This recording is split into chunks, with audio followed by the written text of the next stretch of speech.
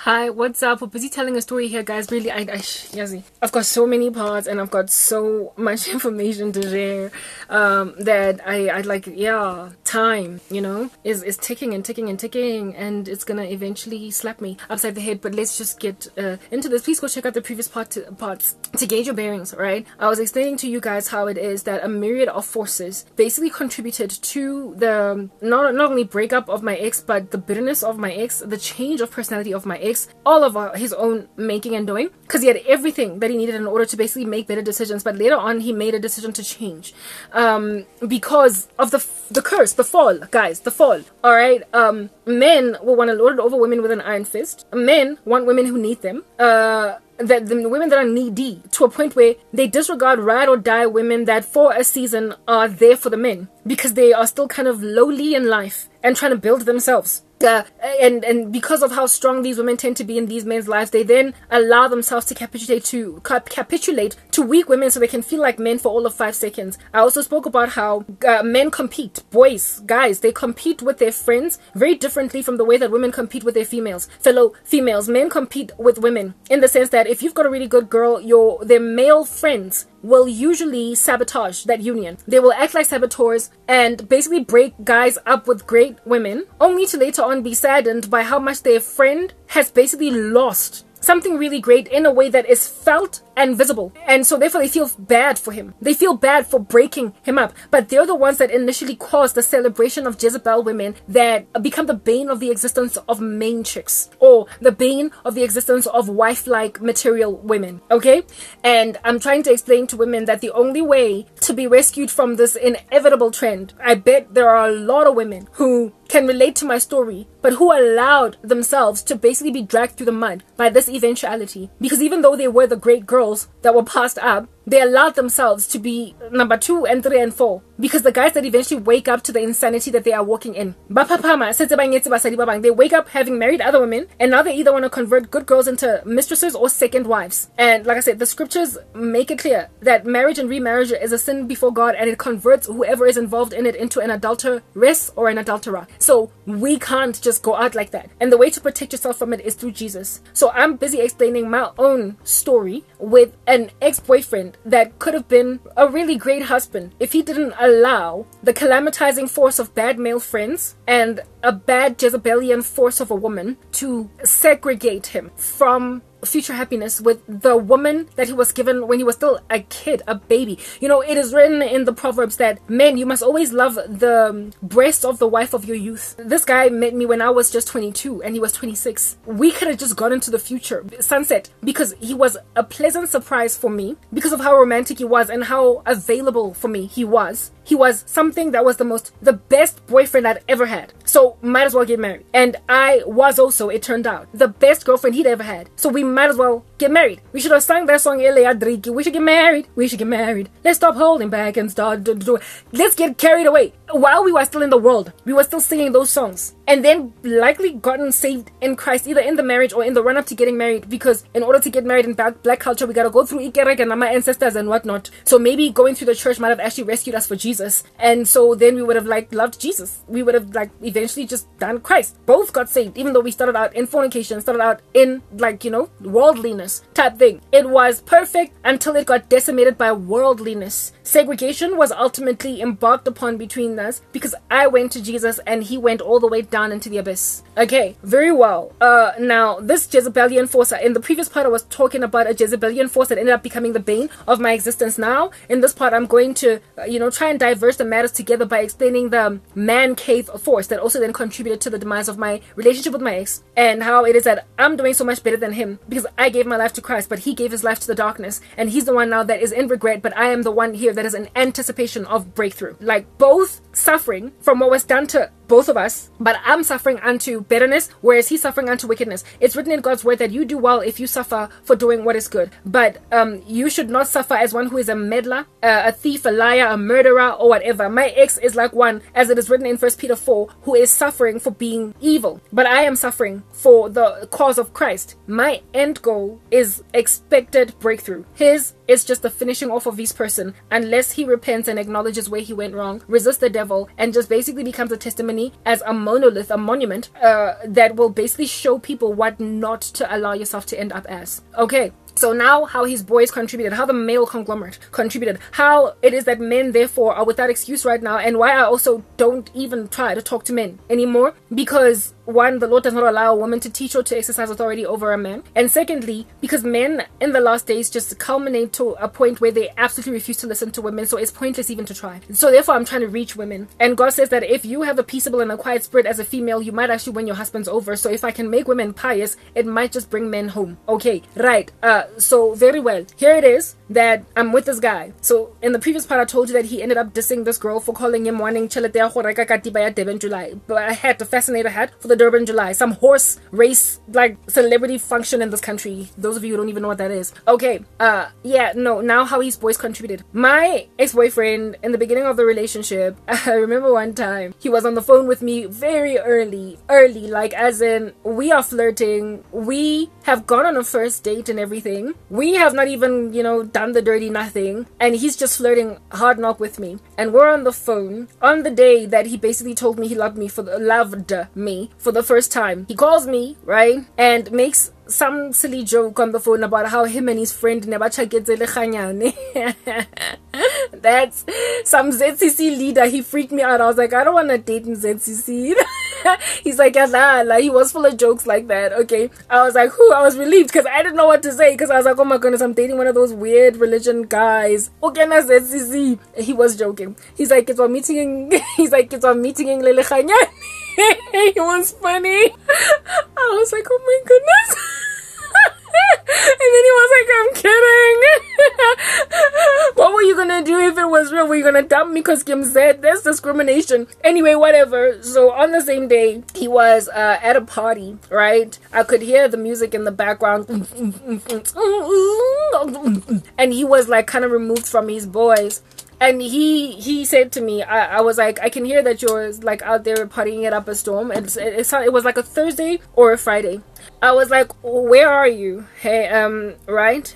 Guy. He's like, I'm at this one of my boys' houses. They're having a little get together, but I just want to get away from here. I don't even like being at these places anymore. That's the thing. Like, you do that to me. You make me want to stay home and talk all night. Like, we fell in love so hard and fast, right? So I was feeling like, oh my goodness, like, wow, this guy, he digs me so much. And I'm like, yeah, I'm spazzing at this point, right, on the phone. I'm just falling apart.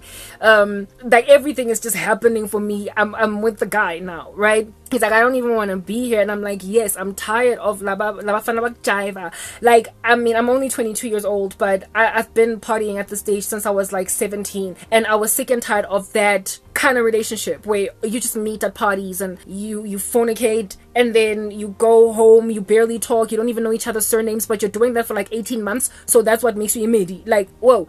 And for me to hear my ex-boyfriend talking like this, saying that he just doesn't want to be at the party, I make him want to go home and just like lie in bed looking at the ceiling on the phone with me all night, because he'd much rather be there in that space than with me. That's why his mom loved me so much, because I made him stay home. I made him choose to rather be at home instead of be out clubbing, partying and whatnot. And then he also told me, remember we had no, not yet at that stage.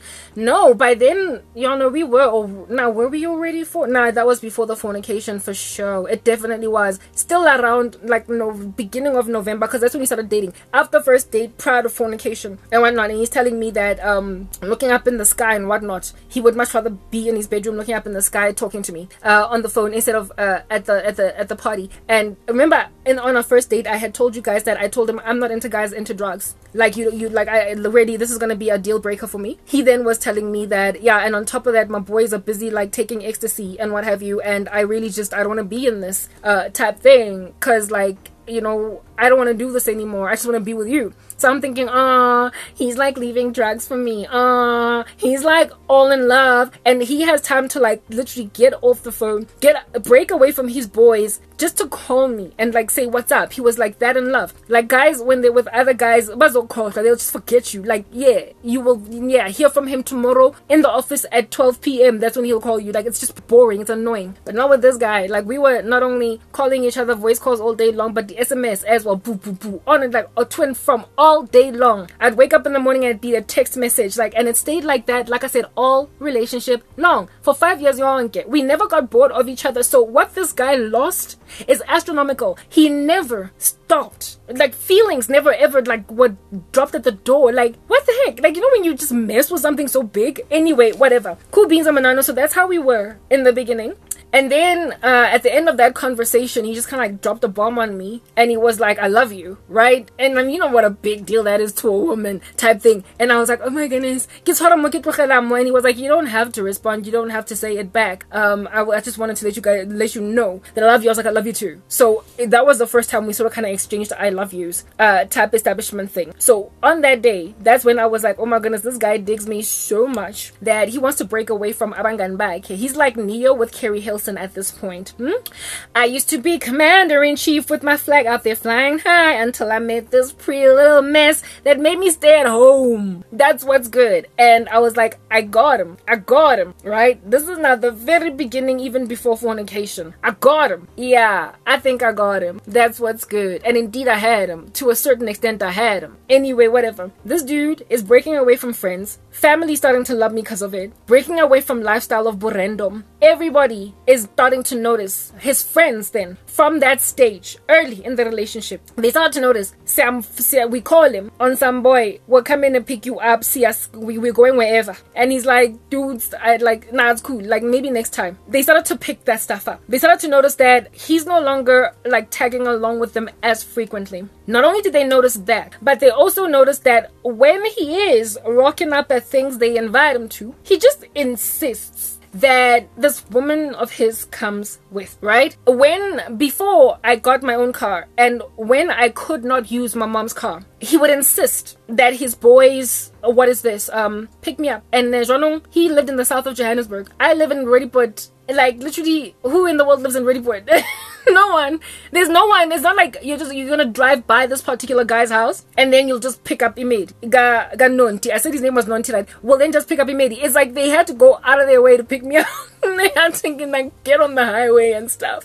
He didn't have his own car, and this used to kind of irritate his boys because it was like, first of all, we have to pick up Imedi, and then we have to also drop her off. Sitagi, way boy. Yo, it got taxing, right? But thankfully, I was able to use my mom's car a lot of times before I got my own car. And like I said, we did not even party together all that much. We much rather preferred to book into a hotel and spend all that weekend long in the hotels before I got a car. Once we got a car, that's when we really started to party a lot and drive all over the show. Yes, I used to drink and drive. I was lost. Thank God he rescued me from accidents and being caught by the police. Okay, very well. Type setup thing. So in the first year of our relationship, we were mostly indoors, and this is a man that was partying, never mind every weekend, but sometimes like Wednesday, Thursday, Friday, Saturday, right, Sunday, una jiva, to a point even sometimes of getting to work like Baba last and whatnot, maybe even not coming to work because he's like Baba last, or just irresponsible life of a young 20-something. And I came into his life, and now it's like he was like a husband or something, except one that stays at home with his parents. His boys creased their foreheads and they were like, what in the world? This friend of ours has never been like this with any woman before.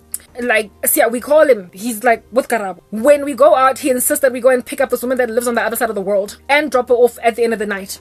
He sometimes, like, we don't see him for weeks on end because every weekend, no Karabo. What's going on? Like, our boy is whipped, and frankly, he is too young. Like, somebody needs to give him a lesson as to how to be a man. You can't just let a woman change your life like that. And since when? The Bible says a man is to leave his mother and his father and cleave to his wife, and the two will become one flesh. Not a man is to leave his mother and father, kick it up a storm, sow his royal oats with his boys, club up and down, like twerk, gyrate, do cartwheels on the dance floor, meet a girl on the dance floor, then only cleave to his wife, and the two become one flesh. The scriptures are clear that a man's best friend is a woman, not a man. Literally, the scriptures are so clear that a man's partner in life is a woman, not men. So when men make other men partners in life, they lose good women. And then they regret it later, because when you're tired and you're no longer clubbing and you don't care to be perusing like, Melville 24 hours a day, when you really want to be home, or should be let TV with your belly growing big, you gotta have a ride or die woman there on that day. You're not gonna have your boys. You're not gonna have,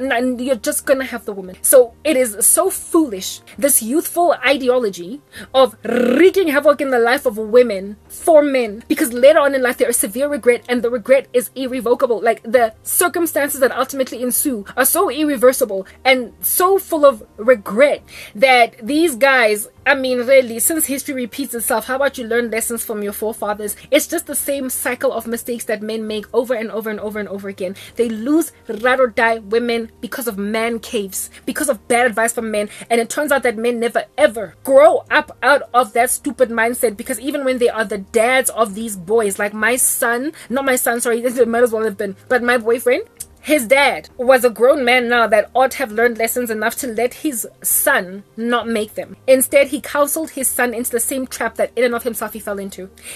Guys, it's like Satan operator when the devil, he's like a puppeteer proper, and the human race are marionettes on a string. And he successfully destroys men with this same strategy, and also successfully destroys women with the same strategy. Men, he destroys them by making them irresponsible and messing up with ride or dies that they meet in their youth. God is gracious enough to make men meet the perfect women when they're still young, because God wants people to marry young, because he doesn't want them to fall into fornication, to fall into passions. So he will tend to make you meet the perfect woman in your youth, which is why a lot of men are still busy looking back at the woman that they met when they were 19, 20, 21, 25, and they've never met anything better that compares later on in life. They just never encountered it, even though they thought they could afford to just play around, because there's more where they came from. They think that they can just keep on fishing and fishing and fishing, when the perfect woman rocked up when they were just 26, when they were 25, when they were 24. Women get destroyed by savagery. They think that by being mean, they win. And indeed, in the beginning, they win, because men love savage women when they are still irresponsible and putting it up a storm, painting the town red. But when they want to come down, they want to come down with calm women.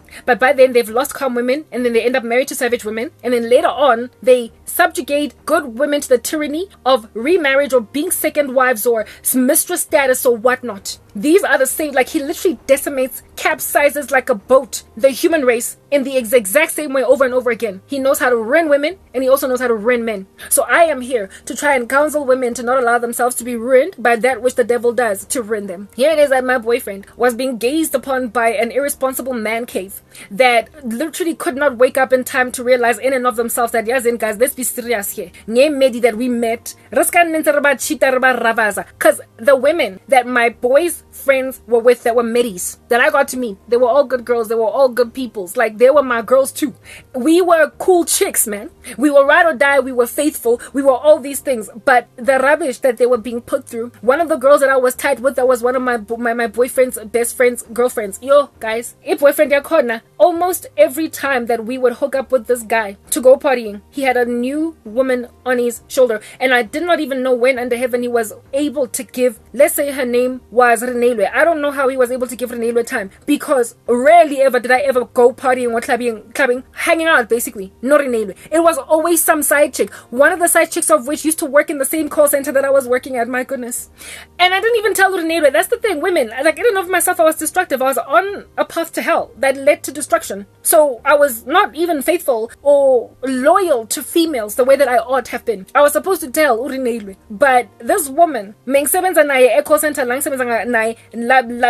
call center where I was working, and she also had an attitude. She was weird. She was one of those, typical side piece type chick. She was a bad woman, a Jezebel. And Urinelo was such a good girl. And I remember when I met her, first of all, I worked at the call center first, and then they recruited a new bunch of kids, and she started working there. And I met her in the bathroom, and I was like, hi. She's like, oh, hi. Elore. She recognized me from the party of like 2 weeks ago, and she was the side piece of Renelo's boyfriend. And I was just like, nice to see you. Bye. Got out of the bathroom, did not tell my girl that the bane of her existence works in my building, and she has the audacity to greet me like we're friends when we're not. I wasn't loyal, and that's how women are. They don't tell on each other. They stab each other in the back. They don't tell on these men. They don't. That's why they continue to run amok rampant like this. Heck, one time my cousin was being cheated on. My own cousin.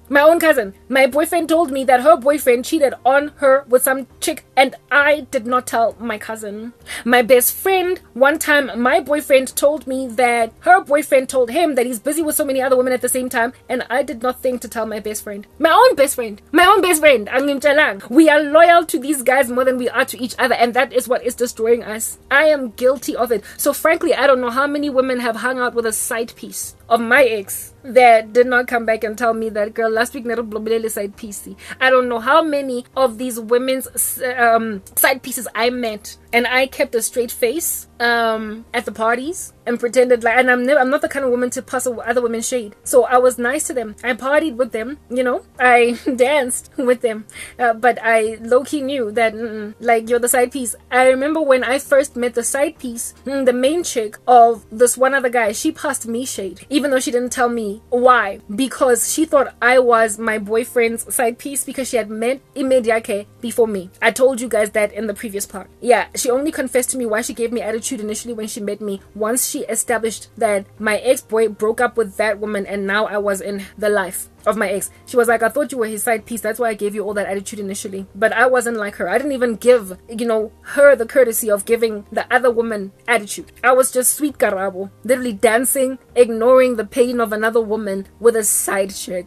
Anyway, so because I was constantly seeing these side pieces, because my ex was always with me, whereas their girlfriends weren't always with them. Nebabasiya, that's the thing. There were women that were nebachekwa during the week, and these guys would have likely even seen them earlier in the day. Let's say it's a Saturday. They would have like hung out all day long that Saturday with their girlfriends, and then later on went partying with their side pieces. So these guys could not understand why my ex couldn't do that. Why he couldn't come check on me during the day and at night dance and have sex with a side piece. They couldn't understand why he had to be with me basically almost 24 hours a day. It's like they felt like I was his ankle monitor or something, and they didn't like it. They didn't like it. His boys, I mean, initially when they met me, they were sweet, but I could tell that they felt irritated by my constant presence, and they felt like my ex was just kind of whipped and he needed to just get his act together, because that's not how you act as a young man that still has a long life to live. And you don't, I mean, you're dude, she's not your wife, she's a girlfriend. Fine, maid, you will acknowledge her as such. She's as a maid, will respect her as a maid, but you need to get yourself loosened up.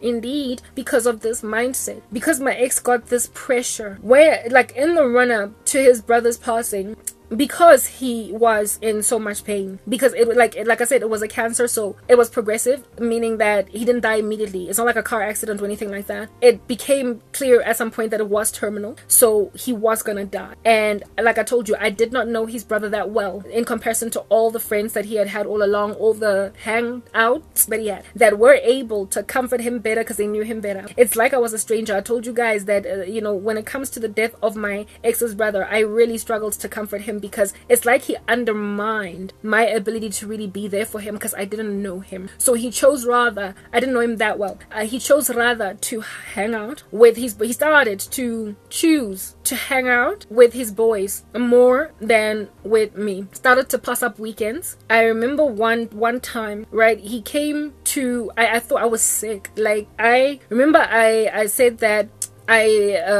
we used to book into hotels. Yes, we used to book into hotels on weekends, me and my boyfriend, before I got my own apartment, before my mom kicked me out of home and I got my own apartment. I'm gonna tell that story just now. Yes, well, we had booked into like Town Lodge, and I was sick the whole weekend, like the entire weekend. Something was wrong. I was vomiting all over the show. I was coughing it up a storm. I had headaches and no grandpa would work. I was just listless, right? Nonetheless, I decided to go and hang out with my boyfriend all weekend. I did not give him the sickness. I'm surprised he did not catch it. We were snuggling all weekend, right? So Nikikula, like Hampe, he was taking care of me indeed, right? In that sick state that I was in. We didn't have a car, goodness. So we were walking in the blazing sun with that sickness in my body. It was so terrible. And I thought I was pregnant because I was vomiting like no man's business. I was on the contraceptive pill, but sometimes these things just whoops on you. My ex and I, literally from the beginning of the relationship, never used protection. Irresponsible much? Yeah. Well, yeah. We even took an HIV test only afterwards. It's like we confirmed I was like, I took a test about a couple of weeks ago. I was negative. What about you? And that's all we ran on. I could have gotten sick. He could have gotten sick. Yes, irresponsibility. Anyway, thank God none of that was the case. So we never used protection, like ever, like the whole relationship until only at the end. Yazzie, why did I get married? Go watch that movie. Yeah, Janet Jackson, a man, a woman, you end up with HIV in a marriage, and you like, how did this happen? Because you know, when we got into it, we were both negative. Anyway, whatever. So here it is that we both had a clean bill of health. We never used to use protection. I was, however, on the contraceptive pill, and I was religiously taking it. I never used to forget, like, at all. Like, I just took it, right?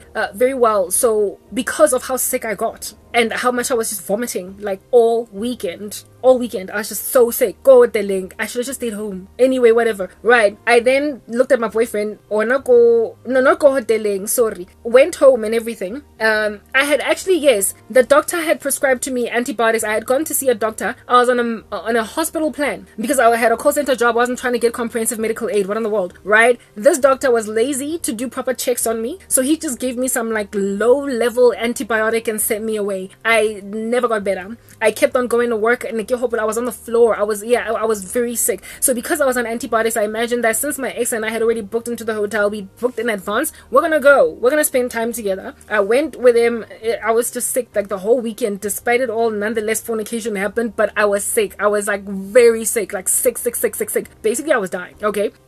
Went home. My mom is the one that recommended that I go see a lifelong family doctor that, you know, does concessions every so often because he knew us from the time we were babies. Go downtown Joburg, like Dr. Jusub. That doctor is the one that finally diagnosed me with pneumonia, for crying out loud. Like, I had pneumonia, you guys. I was dying.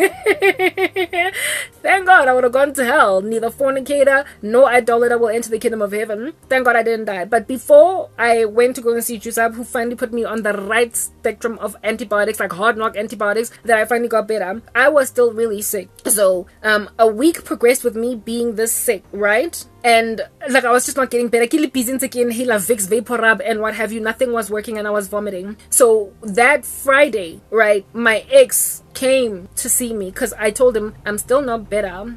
I get forwardly, dude. Like, what? Where's a long more life thing? What if I'm pregnant? Because I keep vomiting. Maybe this is what pregnancy looks like. And he was like, I'll come see you, right? I'll ask my cousin to drop me off. I'll come see you. So he comes with his cousin, and he, again, you know, he was that fire flower buying type. He had brought me flowers and like some chocolates on some get well soon, a little card, a teddy bear. He was such a romantic. Anyway, so I'm standing there at the gate. My mom had already met him and everything. He was like, yeah, we knew each other's families and what have you. So it was not like he was sneaking in or whatever. Plus, I wasn't like in my 20s, like, relax. Okay, cool. So here it is that he's at the door of my mom's house, and he is like with his cousin, and his cousin's like, hello Karabo, how are you? Yeah, get well. Hey, yeah, get well. Like, thanks, dude. Let's say his name was Tumbamba. Thanks, Tumbamba. Yeah, type thing. Tumbamba then sits in the car after well wishing me, and my ex and I stand just at the door of the kitchen, and I'm basically like holding on for dear life because I'm still really sick. I'm yet to go and see a proper doctor. Okay, yeah. And I tell my ex right there. So first of all, I notice that, yeah, no, not I notice. First of all, him and Tubamba are all dressed up. So this is not,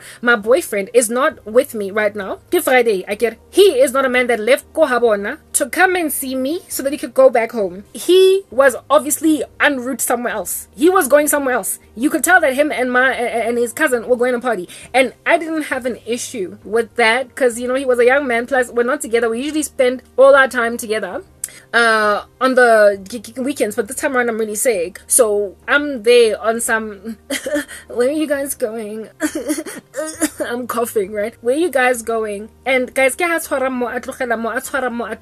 he was touching here, leaving there, touching here, leaving there, touching here, leaving there. He didn't want to tell me. My ex struggled to lie to me. He could have just been like, news cafe to go drink, we're going to Premi to go eat, he was like, eventually he was like, nah, we're going to the and then he told me one of the Jezebel girl, the one that was the bane of my existence. I guess they all grew up together. One of her close friends was dating one of my ex's friends, and there was a party of some sort that they were having because somebody was having a birthday, and she was obviously going to be there. At this stage, I had not yet met this chick. I'd never seen her, what she looks like, nothing. Okay, very well. I'm thinking, And my ex then is like, my boy is having a little get together with a whole bunch of us. And at that stage, I knew that his boy is the boyfriend of one of the closest friends of this girl. And so I knew that not only would the girlfriend be there, but pretty much the girlfriend's crew. She would invite her friends.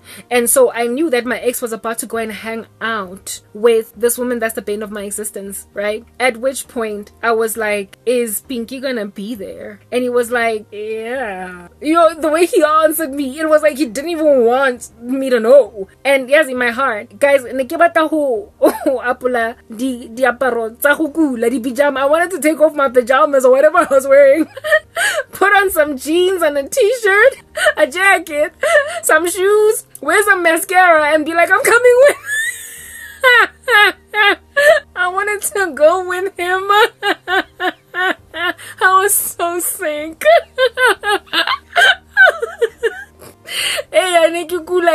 I was so violently sick, but I wished I could have just like cured myself real quick and gotten into some clothes and went with him and his cousin to go and dance a party, have this braai at this place, because I knew that this random female was going to be there. For the life of me, I could not trust that he would be faithful, that he wouldn't make out with her, or that they wouldn't flirt. The thing is, I knew this woman had it in for me, but I did not know just how faithful my ex was. I did not know if he was prepared to bend some rules, flirt with this woman, spend all night just rapping and chatting with her. Guys, I wanted to go with anyway, whatever. That was not an option. But then, right there, at that particular stage, stuff that just made me extra insecure. I told my ex, look, I'm sick, I don't know what's wrong with me. I took antibiotics to try and curb the issue, but I'm still vomiting all over the show. What if I'm pregnant? I had already told him on the phone.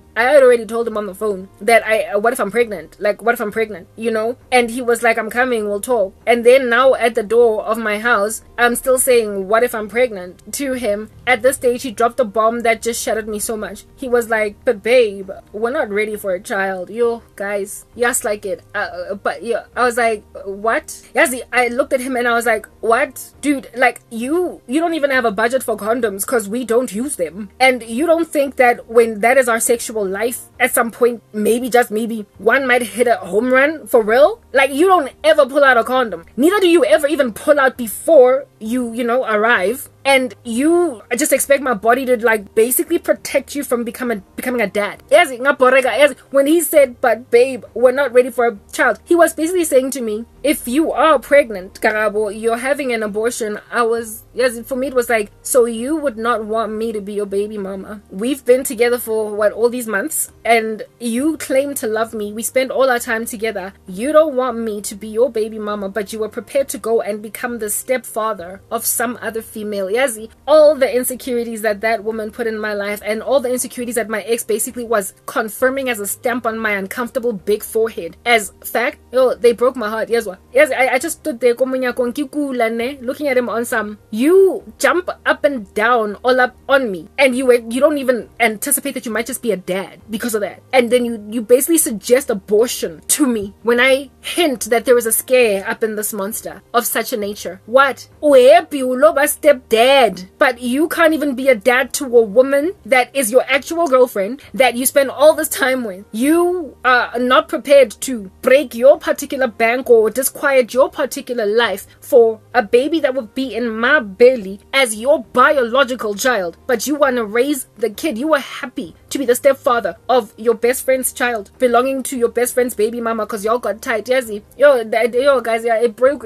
I don't even know what to do. I did not know what to do. And I bought a pregnancy test the next Monday, I believe, right? Not Monday. I think on the weekend, I went dragging my body through life to the mall, to the spa. I got pregnancy tested, came back negative, right? But when I finally did see that doctor on the Monday, because I went, I had to go.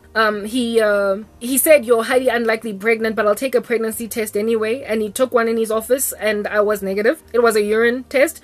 he said there's no need for me to take a blood because it's unlikely if, that I am pregnant, because he identified all the symptoms of what he said was pneumonia. I was basically dying. He's like, if I had come to him a day later, I would have had to be admitted into hospital. It was that bad, right? So he put me on some hard knock antibiotics. I had a urinary tract infection as well because of like the sun. I had I don't know, there was just a lot of stuff that was wrong with me, and he just put me on a cocktail of medication that he gave me, so I didn't have to buy it, right? So nice to have a family doctor that is happy to just make some concessions for some people. Yeah, anyway, yeah, this doctor basically saved my life, and through him I confirmed that I was not pregnant. I did take another pregnancy test after I got a bit better, and I still was not pregnant, right? So I basically wasn't pregnant. That's it. However, just the fact that my ex-boyfriend wanted me to have an abortion if I was pregnant, that thing stuck with me throughout the relationship. I could not overcome it until we broke up, because like I said, he was prepared to be the stepdad of some other woman, but not the biological dad of me. It made me feel so worthless and so small, and I knew on that particular day that he was going to see that woman, so it made me feel like he's gonna be making out with her all night while I sit here coughing it up a storm, phlegmy, in bed, dying from a disease I didn't even know I had. And if at all I have his baby, he's gonna expect me to